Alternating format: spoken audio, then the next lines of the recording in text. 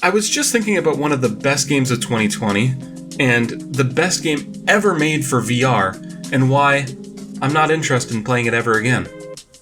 Welcome to Greybeard Gaming. This week, I'm going to be talking about Half-Life Alyx. Now, whoa, I know, it's not the most popular game in the world right now. It's not Fall Guys. In fact, this game came out 3 to 4 months ago. Not relevant. But I think it has huge ramifications for all of gaming, that a game like this was made, a game that's likely one of the best games of this whole year of gaming, and you, the watcher of this video, probably haven't played it. So in this video, we're going to start by talking about why Half-Life Alyx is so good, what really works about it. Second, we're going to talk about its reception and the adoption of VR technology into everyday gamers' homes. And lastly, I'm going to talk about how this masterpiece failed. So what is the most important thing in all VR games? Immersion. That might sound like a buzzword because it's thrown around like one for other gaming platforms, but in VR, immersion is king. If you put on your VR goggles, you start playing a game, and you forget that you're in your living room, then you've succeeded. One of the first times I let people come play VR when I got it in 2017, a friend of ours put the goggles on, she started playing super hot, and as something tried to attack her, she tried to run out of our 3rd floor window. It was terrifying. I learned a valuable lesson that day about spotting people when they're playing VR for the first time. You don't know when you have a runner on your hands. Still fast as boy. Come get some. But that's the level of immersion that you can get from VR, and that is the most amazing part about it. Some games succeed at this, some games fail. Oftentimes, ports of games that already exist for other platforms, like regular PC and console games, they don't take the time to figure out how to really immerse a player when they already had a game that was fully built. They simply put your camera directly on the head of your player, and they don't fix things like, can you bend down and look at something? Can you get up close? All these things are lost for some games. But in Half-Life Alyx, you have something very special. A game that was built only for VR. Now there's lots of these. These exist, you can go check them out. But most are built by small studios. They're not built by Valve. And what's interesting about Valve is they already make enough money that they don't really need to build any games anymore. They've shown us that by not churning out a Team Fortress 3, or a Left 4 Dead 3, or a Half-Life 3. There's a bit of a pattern here, we know about that. Hey, is that about ready? These things, they take time.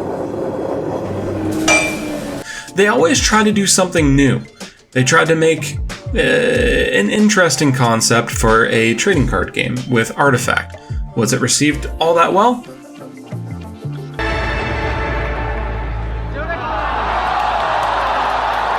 The reason why big developers like your Activision Blizzards, your EA, your Bethesda don't make first-party VR titles is because they don't make that much money.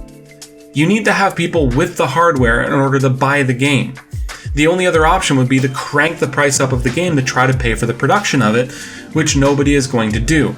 And so with Half-Life Alyx, they had to take a cut. So what was this for? The cynic in me says it's simply to try to sell units of the much more expensive new set of goggles. You can get the Valve Index bundled with Half-Life Alyx to build this momentum, this interest in the new hardware. Makes total sense. And I mean, that must be most of what happened. But I think at the end of the day, Valve was still interested in pushing the technology as far as they could with a beloved title, Half-Life. But that last piece of the puzzle that's interesting is that they didn't trust it enough to say that this is the future is now, and we're finally ready to put all of our resources into creating Half-Life 3. No, they made a side project. It's Half-Life Alyx. Now, it's still branded as a Half-Life game, and it still explores some of the same facets of the story, and maybe you're satisfied with that. I don't know. I'm not a huge Half-Life guy. I got into the PC gaming world a little late, so I'm not all about that. You can tell me in the comments down below if you were satisfied knowing that Half-Life 3 is still beyond the horizon and you don't really know when that's coming. So with all of that preamble, what's so damn good about the game?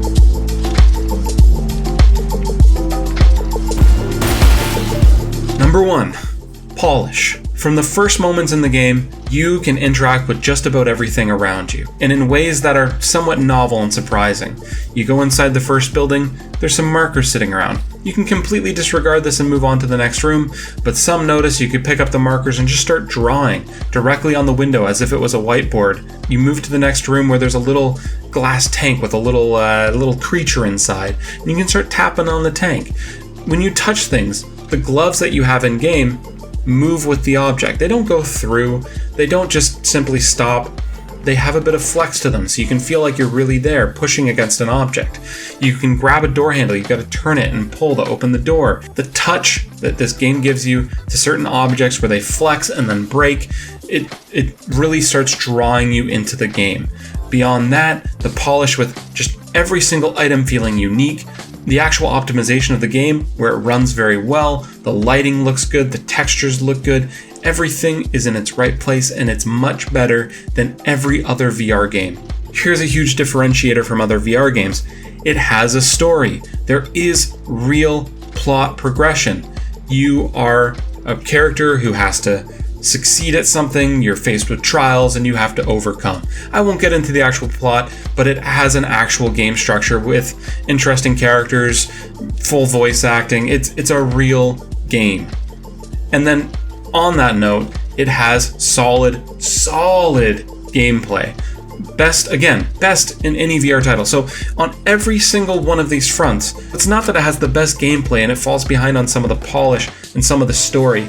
This is the full package. On every single front, it's better than any other VR title. And to dig into that gameplay, you have interesting fights with a varied cast of great monsters, some of which are very horrific and terrifying, some of which are more what you'd expect from sort of a shooter game, just your typical bad guy with a gun. But those sort of mixed elements where you have like a horror shooter, then you have a first-person shooter type situation, they just keep throwing different things at you, giving you different challenges and puzzles to overcome. And as you're immersed in this 3D world, you really feel like you have a lot of personal agency to take care of things the way that you choose. So when enemies come running at you, you can choose to flank over this way, duck and hide where you are. You can try to throw a grenade and make a run for it. Lots of different options for movement and abilities and attacks. And of course, with the attacks, you have multiple different weapons that all have their own different tactical reload styles. So you're always engaged in the world that you're currently in, even when you're just in the middle of what is a very typical video game fight. And that gameplay does extend on for quite a while. You won't be playing this game for 40 hours, but it did take a few nights playing on hard to actually finish the game. So there's some content there. It feels like a fully fleshed out video game. But with all this said, it's still a VR game. And because of that, that means that you can't just play it. You can't just boot it up on your Dell Inspiron laptop. You can't just boot it up on your iMac. You can't go to your Xbox One and just toss it on there and start playing.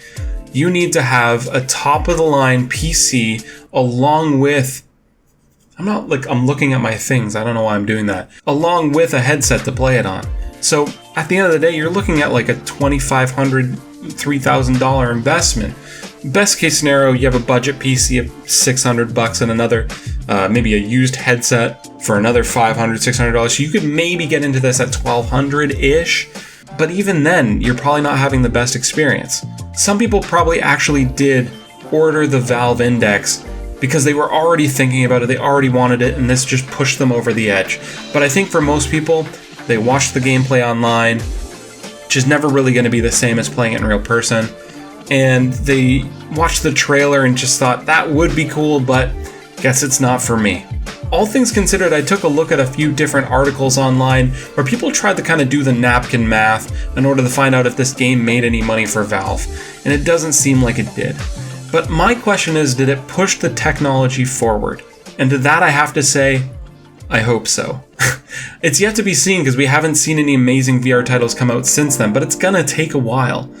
What Half-Life Alyx really does is show what this platform is capable of. Once you've played Half-Life Alyx, any other VR game is going to pale in comparison, except for on one front: long-term playability. This is something that you see in all sorts of online multiplayer games like League of Legends, Hearthstone, PUBG, Fortnite, all the battle royales of the world. All of these games have something in common. Because of the multiplayer aspect, and because of the sort of different ways that the game could go every single time, it keeps you coming back again and again and again, and you can keep playing it over and over. But this is a one-time experience. There's nothing wrong with that. There's lots of great single-player experiences where you're never going to do it again and again. But will they all sit with you in the same way? Are there specific games that are just so good, such masterpieces, that you'll hop back in? The only one that I can really think of off the top of my head right now is Legend of Zelda Breath of the Wild. I could play that game over and over again because it truly is a masterpiece. Now, is Half-Life Alyx at that level? Although it's a masterpiece, and I think it might be at that level, something gets in the way. And it's the headset. Honestly, I have to move a few things out of the way, I gotta plug a few things in, get the headset on, and then play Half-Life Alyx again? I'd probably just play Beat Saber or something else. It's just such a commitment. It's such a huge commitment to hop back in. And that's where VR really struggles. For me at least. You can tell me if you feel the same way. It seems that once you've already made the enormous investment to actually have gaming VR ready at home, you still many times don't want to take the extra step to get the headset on and actually play the game, and that's where VR struggles. I'd be curious to see if VR could ever make a game that is so good and so replayable that you leave all of your stuff ready to go so you can just hop back in that game every single time. But that's yet to be seen. We'll see in the future. So this comes down to my final point, how Half-Life Alyx failed.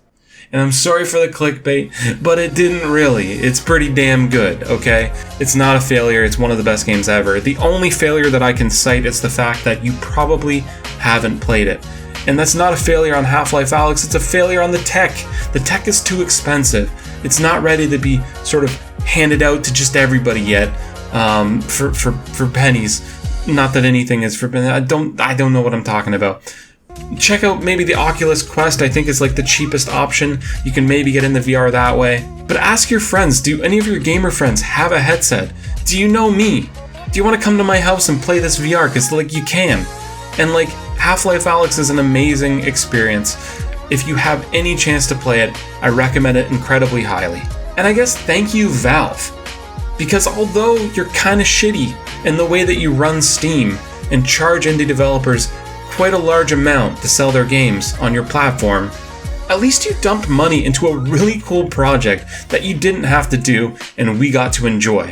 And if you enjoyed this video, then go ahead, give me a like, subscribe to the channel if you haven't already so you can see next week's video, and leave in the comments below what game you think I should review next. Thanks for watching.